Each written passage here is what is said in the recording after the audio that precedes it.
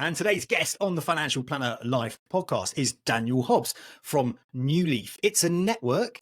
They've got over 300 advisors. That's a mixture of mortgage advisors and a mixture of financial planners, and nearly 170 ARs, of which they cap it at to give it the best service they can. Today, we talk about mortgage advisors transitioning into financial planners self-employed. We talk about their academy, where they'll take somebody on without any experience and get them through CAS status on a self-employed basis towards running their own AR practice. We talk about some of the horrors, some of the things you've got to look out for and be worried about if you're going to go down the self-employed route. Daniel doesn't hold any punches. He says it how it is. He doesn't roll out the red carpet. He's going to do as much as he can to put you off going self-employed. So make sure you're the right person on the right pathway to become the best financial planner you can be. I hope you enjoy this episode.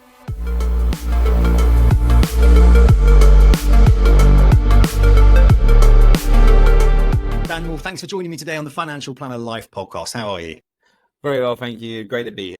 Top man, excellent. Well, I first heard of Newleaf through your dad, Pastor Mark Hobbs.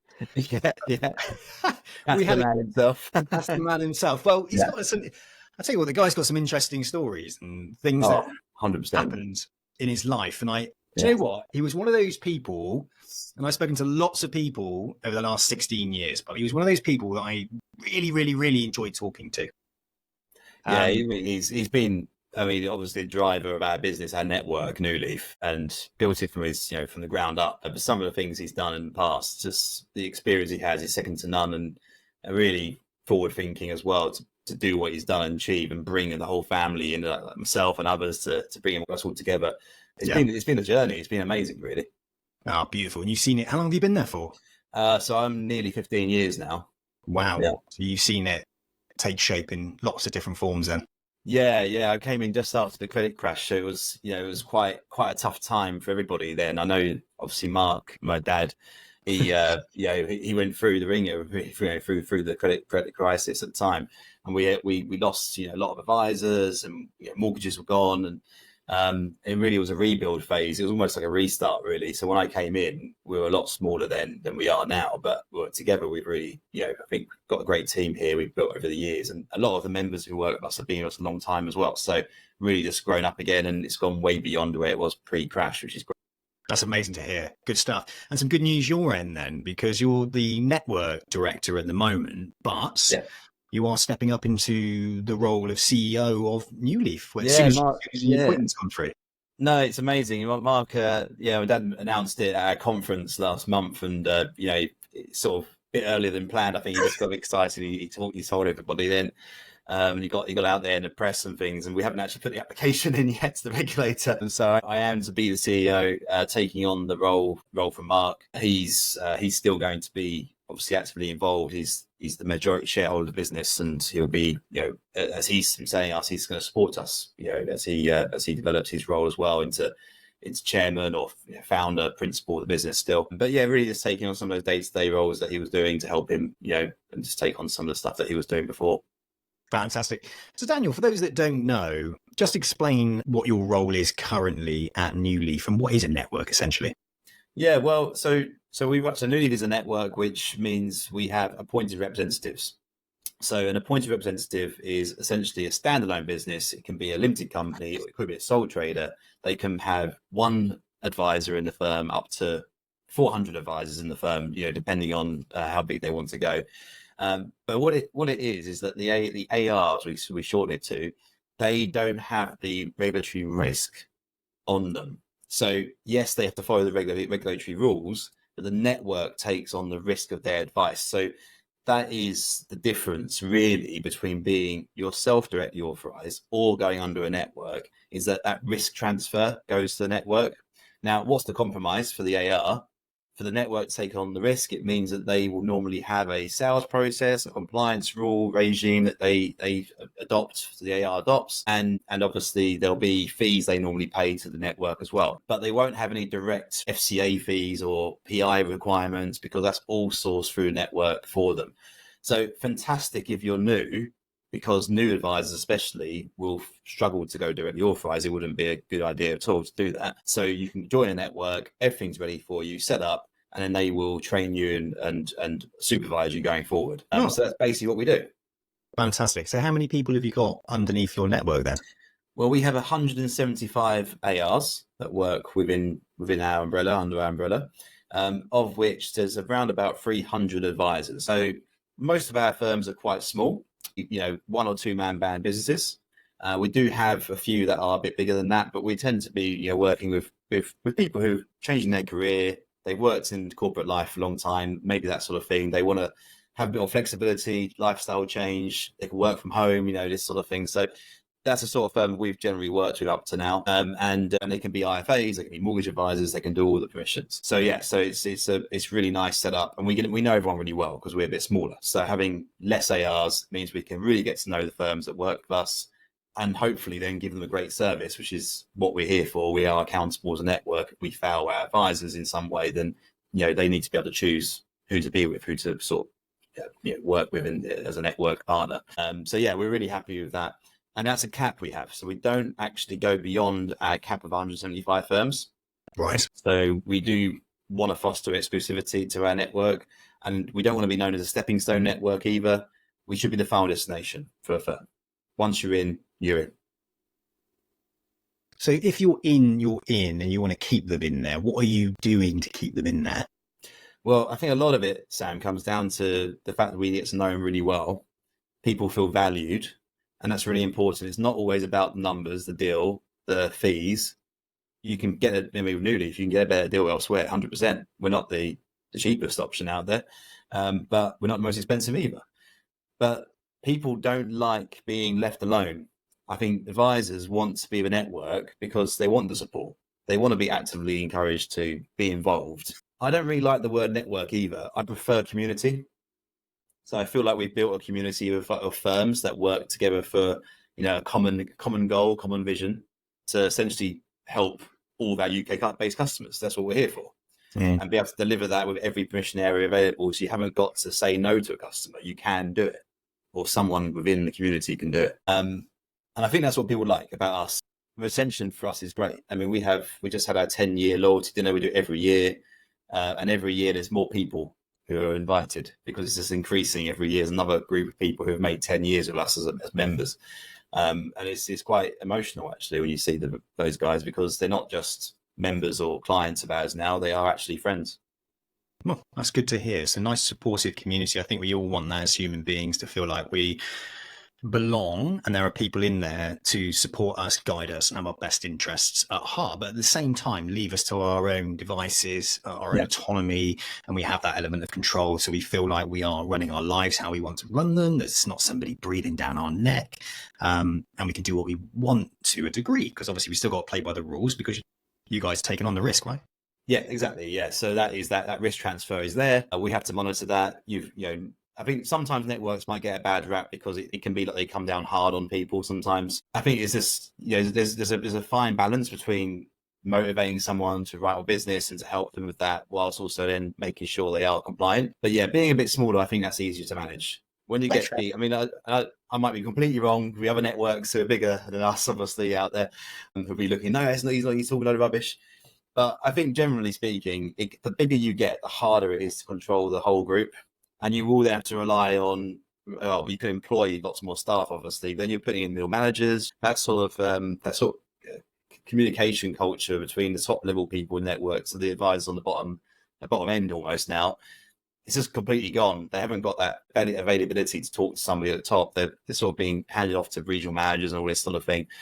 And it just loses that culture, just gets lost in there somewhere. And I think that's the problem. As you get bigger, you have to rely on tech massively.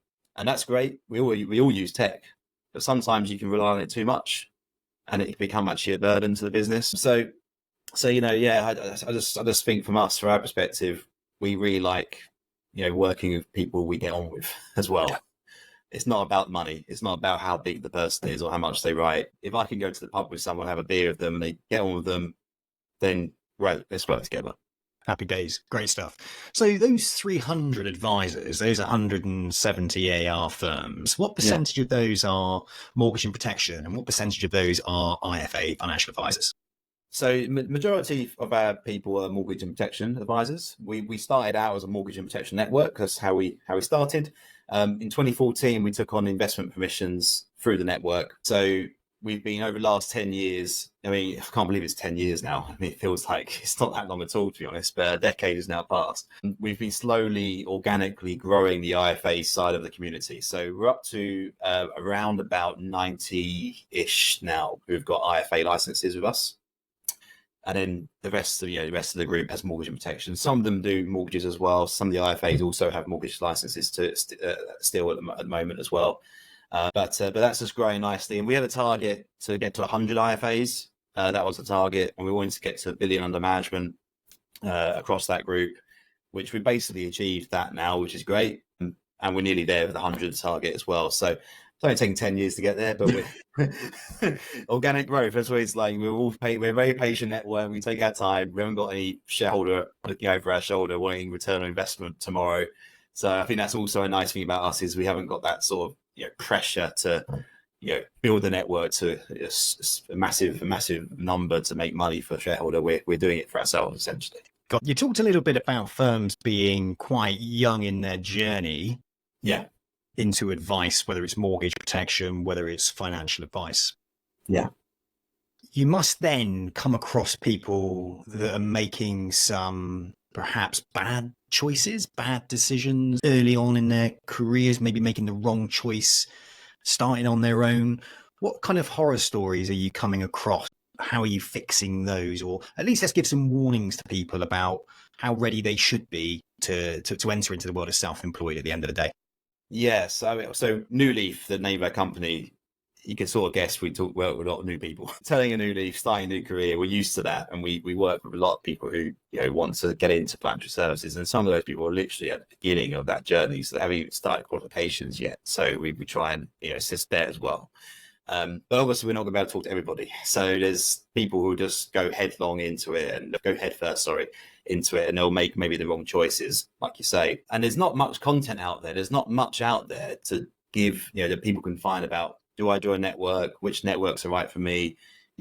What qualifications do I need to do? There's not really much to help someone. They've sort of find out for themselves. Mm-hmm. And therefore you can be referred into a network which really isn't suitable for you because they don't like really working with new people. A lot of networks, what they will do with a new advisor is they'll just place you under a firm that works with them. So one of their current AR firms, they'll just stick you under that firm. It's not really got any thought about mentoring or how they're going to support you. The person who runs the AR is just basically getting a top slice. So they're happy if it works out, great for them, but they haven't really got to do anything. So a lot of those guys will fail because they're just on their own still.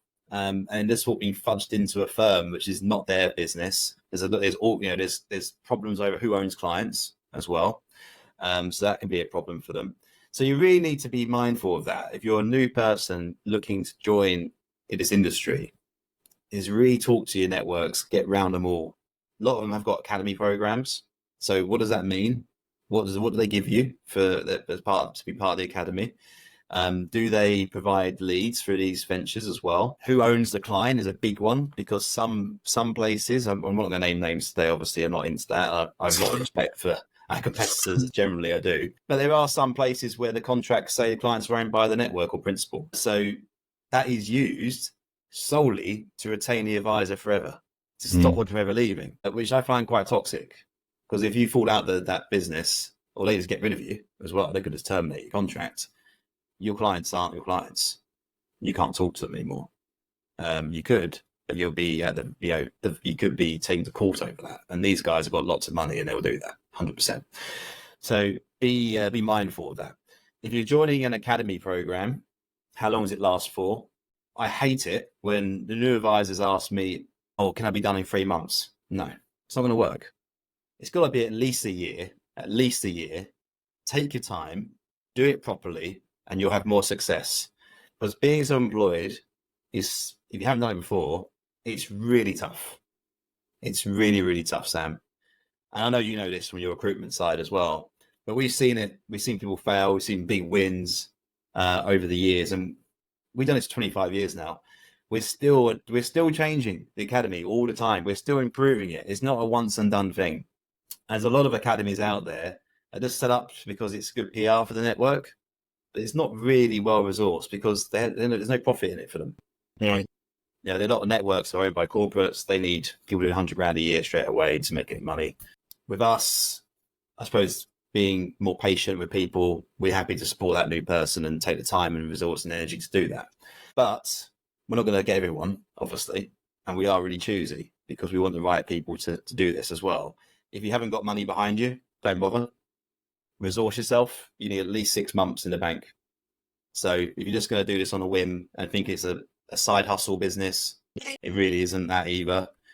If you're doing another job and doing this on the side, you're never going to make enough money on the mortgage side or the IFA side to make it worth the time and the resource and energy as well to do that. You've got to be all in or nothing, in my opinion. I know that's going to be, some people think, I got other jobs, I got this, I got that. Fair enough, you've done well, but you must be working every hour of the day. That's not good for your mental health. It's not good for your clients who need to access you. So you've got to be all into this to work. And you've got to think long term when you're joining a network or joining this industry, what permissions do you want? It's all well and good going in as a mortgage broker from day one, something like that, something easy, something simple.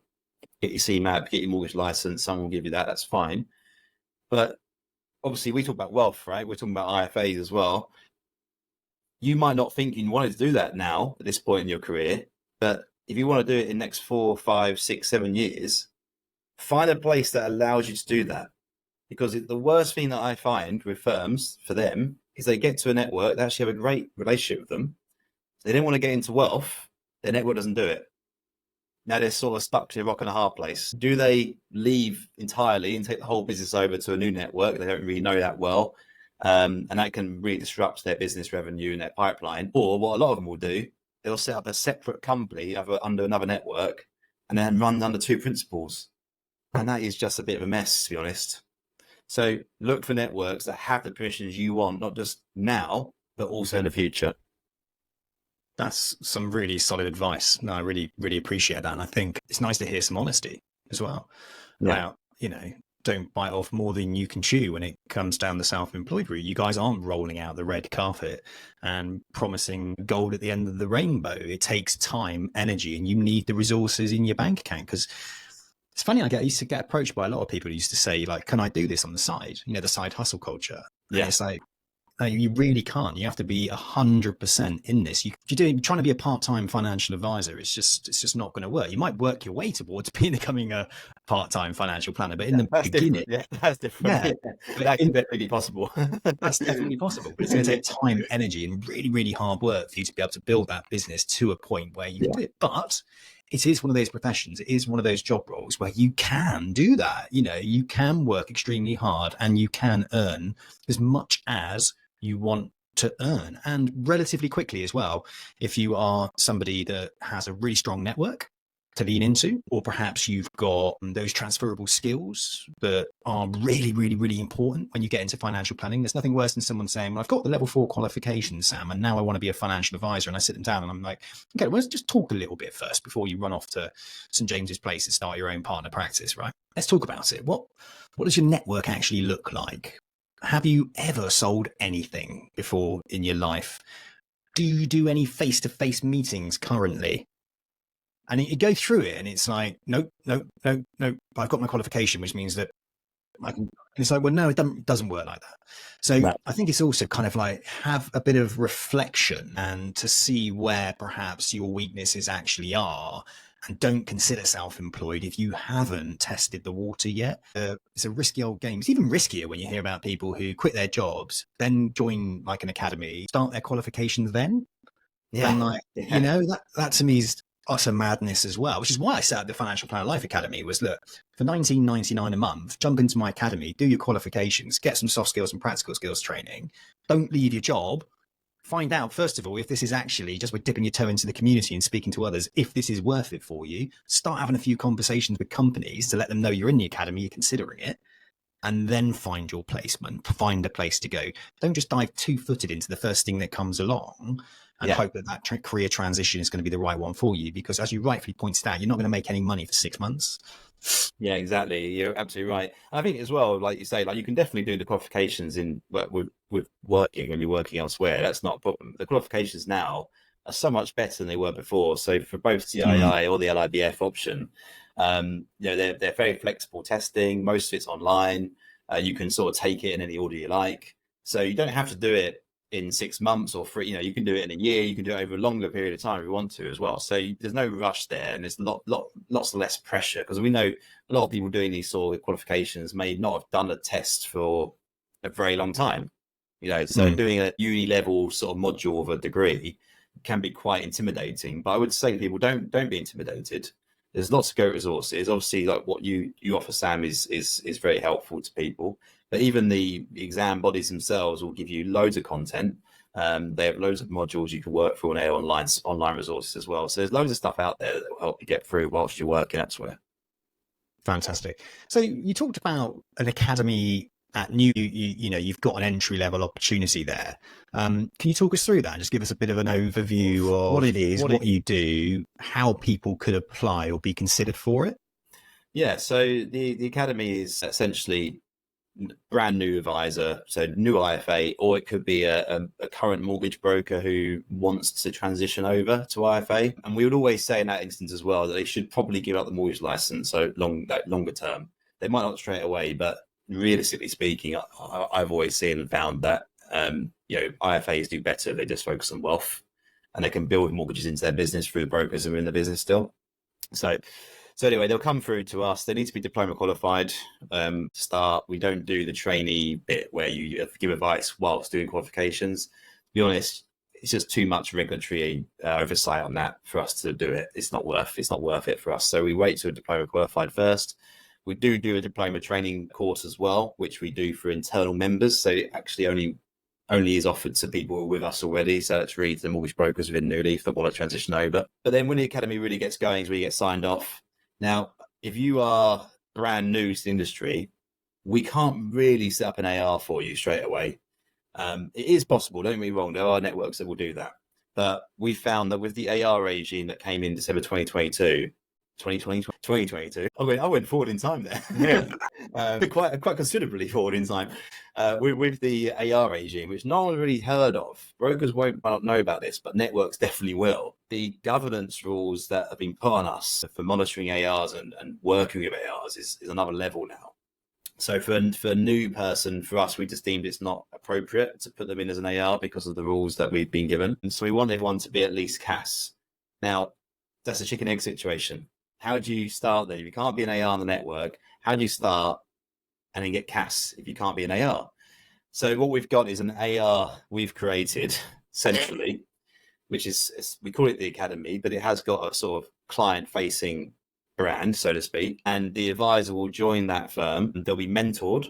So they'll have a mentor allocated to them that will help them with all their meetings, but also that mentor will be there to if someone to call, need help, query on technical advice, whatever it might look like, they're there to help you. They work solely for us in that academy as well. So they're not working for anyone else. They run their own practice. They are employed by us to do that job. And then they'll go through that process of seeing clients, getting signed off. We observe 8 meetings. So get to CAS after that. But the mentoring doesn't end then. It goes on for another 1.5 years normally. So it's up to 2 years for the mentor being in place. But we can look at an AR position afterwards. So once the CAS is achieved, that's when we can go, right, now the person's right to run a business themselves, then we can look at doing it that way. Now, whatever way they're with us, if they're under the academy firm or their own AR, we don't own any clients. It's all theirs. They're bringing in these clients. They're their clients. We aren't giving them leads, obviously. That's not what we're here for. If you want to go for a lead, there's a new advisor looking who wants leads. They are, you got I can say M&G, and there's other places that will do that, right? So they'll give you leads to then sell to their own customers, their own funds, and there'll be some sort of retention money they give you for that. But the compromise then is you've lost the clients; they aren't your clients either. So there is that sort of flip up for coin of what sort of person am I? Am I the one who can get out there and I've got the network, like you said earlier, to then really go for it and be a hunter and build this business and really put up the bootstraps and just go for it? It's the right mindset for that. You've got to be the right person. we try and find those people. That's what we're looking for. How do you challenge them though when they come to you? What do you do to make sure that they are the right people, Daniel? Because the last thing you want is someone joining your network who's the wrong person, right? You're not there going, yeah, everyone come on in, we'll look after you all, because it's a bloody headache, isn't it? And it's tiring, and you have to put time and energy into those people, regardless if they're employed or self-employed. So you want to only really attract the right people with the right mindset. So what do you do? What do you do to kind of qualify these people, and what can we do to help them make that decision right now as to whether or not they should approach you, Daniel? Well, we do an interview process. So we do meet everybody face to face. We normally start on Teams or on call, whatever. And we go through that process of understanding what they want to achieve. What is the person looking to do? Do they understand what networks mean? So just to give a little context as well, like what they're getting into. And then we'll do the face-to-face meeting. If everything checks out, looks good, then we can progress to application. Now, the sort of person we look for, we have been self-employed before. So a lot of people we talk to tend to have been business owners in their previous life, not necessarily with financial advice or financial services, but they've got that grit. Do you know what I mean? Their back's been against the wall, and they've got that sort of that dust from the brickwork on their shoulder. I like it. Like you can see it. You know, they've done it. They understand what it takes. Yeah. So when you talk to them about this, they get it. They know it's going to be really hard. They need to be resourced. We talked about this already. They need to have money behind them. Otherwise, don't bother doing it. There's no point. You could be the best advisor. You could get all the clients you think you can get. But if you run out of cash, you're done for, aren't you? There's no way around it. Just make sure you resource yourself for at least 6 months, because it does take a bit of time for pipeline to come through, and it will take a bit of time for you to even attract clients in the first instance as well. And we'll talk to a person about their potential client book. Now, we work with a lot of new advisors who've come from sort of corporate roles where they've been working at high levels. They want to go, they've been a corporate founded structure for a long time, want to do something for themselves. They get it. They understand the risk. They've saved a lot of money as well. But they've got a lot of contacts. So that can be quite useful, and you can leverage your contacts as well very well. If you're a mortgage advisor looking to get across, you've obviously got a great understanding of financial advice, how networks work. You get it already. It is a very different role being an IFA. Those guys are very much used to transactional sales. Client retention is a lot tougher in mortgages because the advisor is normally focusing on new customers all the time. Now, there's nothing wrong with that. Obviously, that's what you got to do. But if that advisor doesn't start building their business alongside these new customers coming on board, they start to lose the customers on the renewals, and they don't get through, don't review all their customers. They lose them on the back end. So it's very transactional. You can do 200 grand 1 year. Next year, you got to start again and do it all again. And that can be tough. Being an IFA, obviously, it's more like being a coach, actually, to a client. And it's not a one and done transaction.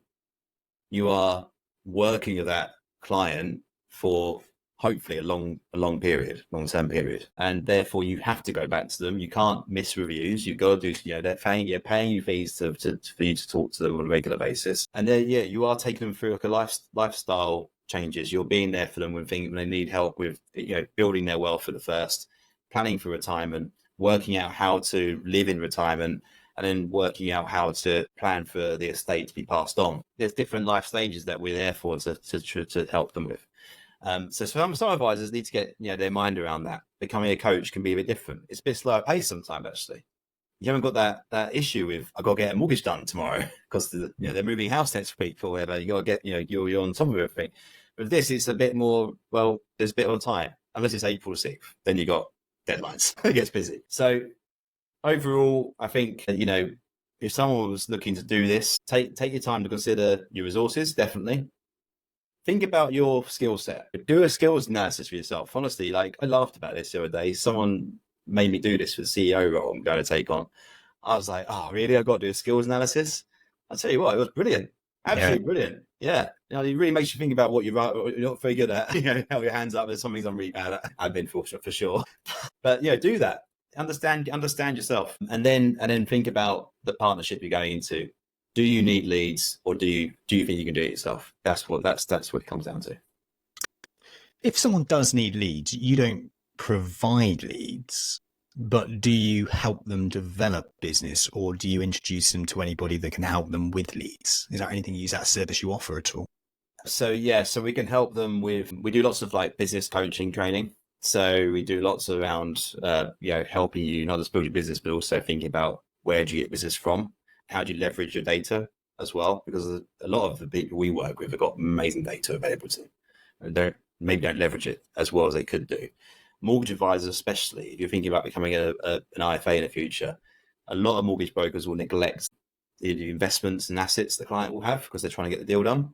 Just don't do that, guys. Just start taking that information, keep it for a rainy day. You got it for later.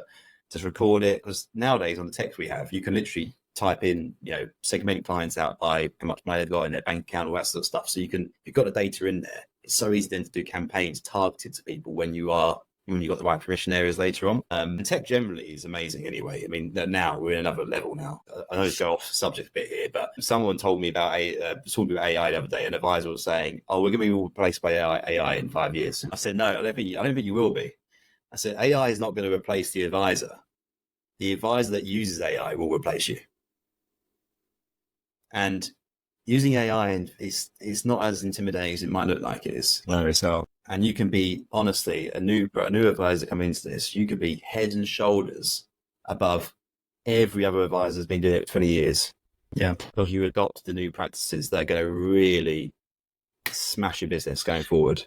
I also think it's about understanding the prompts when it comes to AI as well. So if we take ChatGPT-4, for instance, the more I have been using that and building like a chat bot, if you like, that understands me, my personality, the things I talk about, the things I do, I'm in the process of actually taking every transcript from every single Financial Planner Life episode I've got and chucking it into.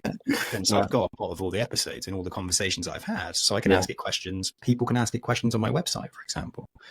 I can feed information into it. Yeah.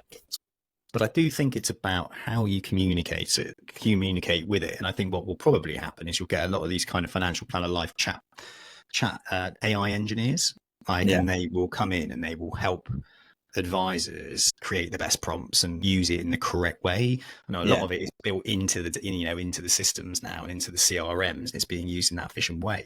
But an advisor that could be used to just dealing with 50 clients could have 500 clients. Exactly. It can really help you grow your business. And you haven't got to add more advisors into your mix either. You haven't got to be 5, 6, 7 advisors. So you can do it yourself. That's true.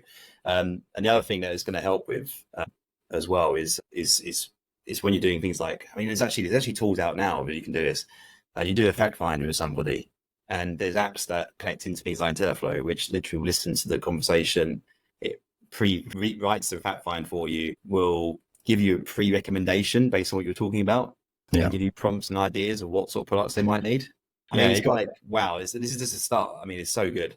Aventi does that really well. One bit of Aventi, and then you've got the one thing that really interested me as well was, from a compliance perspective, was machine learning. Yeah. So if you're having a conversation with a client over video, right, and this is the thing as well, right? Video shouldn't replace face-to-face meetings. Well, it's like, you tell me like video would be a great thing when you're able to have machine learning that can pick up on specific things someone's saying to see whether or not they're vulnerable clients. Yeah. Have you missed something? And also how we train people, it can pick up on things that you can do better in the next call, where you might have missed an opportunity, where you might have missold, where you didn't say the right thing. Yeah. And I think that's incredible as well. So I think where we like, oh no, it's like I've joined this international financial planning company. People are like, well, you can't not see your clients in the UK. And it's like, well, you can still see people. You can still give advice over and do reviews with people over. Yeah, of course. Yeah. And it's like, but that's not right. It's like, well, as time goes on, that's probably the way you're going to be doing it. Exactly. And I was going to get a point actually about that, because the customers are changing now. It's not about, they want all clients now use smartphones, and we all do. No, it doesn't matter how old you are. We're all used to using apps now. And the way to communicate with people is going to change dramatically, especially the younger ones coming in as well. So if you're not using apps, not using tools that help engage them, not face to face, they might not want to see you face to face. They want to be doing things quickly, and you got to be ready for that. People need to be not relying on emails and. Just look at the banks. No one walks into a bank anymore. I want to be able to do a telephone call through my app on video with somebody. Yeah. You know, I don't want to have to walk into a bank. Who wants to do that? No. So I think it's just exactly the same way that we deal with Yeah. anybody, really. It's just the way that I would want to deal with it. I'm pretty sure that's the way my daughter's going to want to deal with it. And she's 8 years old. You know, it's just the way the world's going. With opportunities for mortgage brokers in your business, right? Because I think there is a huge opportunity. There's lots and lots of mortgage brokers, not enough financial planners. So I do think there is this kind of amazing opportunity for mortgage brokers to switch over into financial advice. Huge. Have you got some huge success stories around that? Are you seeing that happening? And you can can you talk about some of those successes? Mainly for us, that's like how we've grown it over the last 10 years. Right. We've mainly built the IFA side because of the mortgage brokers that are with us, and slowly but surely like, encouraging them to sort of transition across. I've got some really good examples. This is a guy called Di Rose, who runs a company called Sterling Welsh, which is based in well, you can probably guess where it's based, down in Cardiff, Swansea. But yeah, he's a big mortgage broker before. Like that was, really did very well. So then stop, and literally he did this properly. He stopped one day. He said, right, I'm going to all in IFA. I'm stopping mortgages entirely. He did have a team around him. So he's got 3 other advisors that work with him, and he gave away all of his leads to them. It impacts his income big time. But he had that vision. He knew that he's going to get more out of building the wealth side for not just for him, but personally, but also the business over the long term. And in 2 years, he built up to £10 million of the management without even buying in a firm. This is all from the ground up. Making sure the team were leveraging it as well. That every meeting they were having, they're going, right, booking you an appointment with our financial advisor for a free health check, all that sort of stuff. So he just built it from the ground up, did it, and now he's earning really good money. He's got to where he was before, but with way less stress. Yeah. And this is something that mortgage brokers might not realize, but that repeatable income is so valuable. You could actually build that and then sell that as well. It gives you an exit into your business. If you've got a mortgage business, let's be real, there's no value in a mortgage business. There really isn't. Sorry to say, I know you're probably hating me right now, mortgage brokers did this. But when you retire, there's value in it whilst you're working in it. Of course there is. Of course. But there's no value at retirement. It's really an introducer book. That's all you can get out of it. Maybe 20-30% will introduce lead. But with IFA, because that income is so valuable, people will pay for that. They'll pay good money for that. Typically 4 times is going rate for a book. Now, 10 million. So what does this equate to? If you think that 10 million under management, an average ongoing fee might be 0.75. So that book is bringing in 75 grand a year to the advisor. So for every 10 million you're managing, you average £75,000 gross income. So you can start doing the numbers, can't you? 4 times. It's not too bad, is it, when you retire? No, I mean, again, it's that, name an industry really you can go into and you can build an exit from start to finish really, really quickly. And I know people who've got to 100 million, like really quickly. And like they're sitting there, and I'm getting approached by some guys now that there was a girl who was in London. She was 27. She had 30 million under management. Amazing. And she was like, can I sell this to you?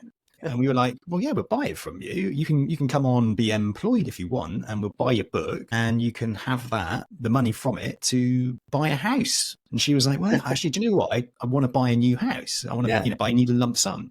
So it was like, that's fine. So we're starting to talk to people. We were like almost built up too quickly, but they want to release some of that money, but they want to continue servicing their clients. And we're doing deals like that as well. Yeah, that's a good point, because you can flexible it, right? You can maybe got to the capacity, you can sell a party book, you can continue, you can start again, new customers, so you can do it again. I mean, it's really cool. It's really good. So yeah, you don't get that in mortgages. So that's why I think a lot of mortgage advisors, especially because as well, the mortgage market is massively volatile with you have no control over what happens.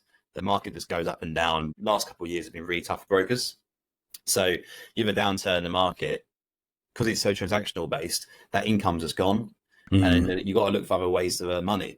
Well, an IFA role, yes, you get volatility. Yes, we're impacted by the same thing, obviously.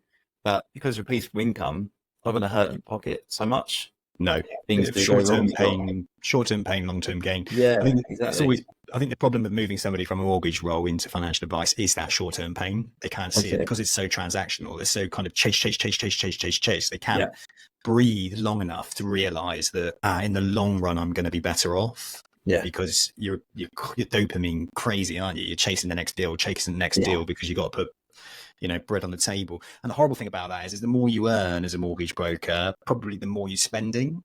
And possibly over right, time, when Yeah. the market crashes, as we saw when you first got into 15 years ago, same as me 16 years ago, you couldn't, everybody was a mortgage broker out of business. You couldn't move for mortgage brokers. You go onto like the Reed website when I started recruitment, and mortgage brokers everywhere, but you couldn't place them into a job. No. So, it can be massively impactful. So I think mortgage advisors who have good books, I think one of the best things you said on here was like, look, what have you got? How many clients have you got? How many introducers have you got? And are you asking them how much, have they got a pension? Have they got any, what are you asking them? Even things like, I bet you've got directors of companies in there, so get the directors, like ring fence those clients, understand their businesses, offer them other services, not just to them, but their employees. There's so many opportunities that people don't realize they have. Yeah. And easily find a partner that can help you leverage that as well. So, that's what we can do with our advisors. We can really help them understand their opportunities. Yeah. See, Daniel, I think what we're going to take away from to finish this podcast episode off is just that you are a network, but you're a network that's experienced in taking on new people. Yeah. So new people that want to start their own AR firms, whether they've got CAS or not, you will help them through that journey. But one of the best, I suppose, proven skills sets you have as a network is actually taking people from the mortgage side into financial planning, IFA, and you've got a lot of success story around that. Now, we talked about at the very, very beginning before this call, we talked about what you could do from a marketing perspective. And there we go, talking to people in your network that have transitioned from mortgage advice into financial advice. There lies a niche within a niche within a niche. No, exactly. Yeah, it's true. How many mortgage advisors are there in the UK? Gosh, I mean, there's a lot of them. I think, is it like 40, 50,000 or something? Maybe that's so too many. Maybe it's less. But yeah, there's a lot of people there who could do this and could help with the advice gap as well. Yeah, I mean, you mentioned it earlier about the number of wealth advisors. I think you just made a comment about how it's they are reducing. The number of advisors on the wealth side is reducing. It has been for a long time. There's not enough advisors to go around all the potential clients. And I think what's happening now is everyone's just selling their books to each other. So it's not actually helping other clients. Like, you're just servicing ones that are already there. So there's loads of opportunity to actually just find new people, find new customers as well. And frankly, there isn't enough advisors. So no, those guys aren't getting advice because all we're doing is looking after the books that we already have and just cycling around each other. So we've got about 9,500, I think, power planners. And about 80% of those are women. So we talk about a lack of females in the profession. A shed load of women who are in power planning roles that if I think some of those happy power planning, fair enough. But some of them probably want to be trained up and coached and power planners have got they've got great knowledge, haven't they? They really understand the sort of that back end process, but also they know they get the funds, they know that they get the advice side. So certainly some power planners will make really good advisors for sure. And there's a lot of women there could set up as well. And we can top it up with the guys and girls that are on the mortgage side that want to transfer across into financial advice. And to me, it's the perfect transition. You've just got to get your head around it and change your mindset. And once you've done that, you're away, really. And like you said, give yourself 6 months. And it might be 6, 12, 18, 24 months. But after 24 months, you'll be picking yourself back up again. You'll be thinking, hang about, I've got some recurring income coming in. I get this now. I get it. And don't get me wrong, not most mortgage brokers will still do mortgages as well. So they'll take them a bit of time to just turn it off. I mean, the example I used with Di Rose was, he's a special character. I mean, he's the sort of guy who would do that. He's got the right mindset. But most people probably will take a bit of time. And that's fine. There's nothing wrong with that either. It just makes it longer to build your funds up. That's all. I spoke to a guy recently, 63 million under management. He's at SJP, but he was told, don't do mortgages. And he was like, well, I got to put food on the table. So he did mortgages and protection and built his book from mortgages and protection. So it bloody does work. Transitioning from mortgage and protection, you don't have to give it up straight away. You can just ease it across and make a living and do well. Because I've spoken to people who've done it. So I think well, there we are. This is the purpose of the podcast, really. We've established that if you're a mortgage advisor right now, consider getting into the financial planning profession. It's lucrative. It's more secure than it is in mortgages, but you need a good network to join, so go and join Newleaf. Great way to end. And I'm not even on commission. What? No, yeah, it's not at all, is it? No, it's not. I'm too bloody good these days, mate. I give away all my ideas. Giving away everything, man. Brilliant. Daniel, thanks so much for your time today. It's been a real pleasure talking to you and learning about Newleaf. Thanks very much, mate. Thanks for having me.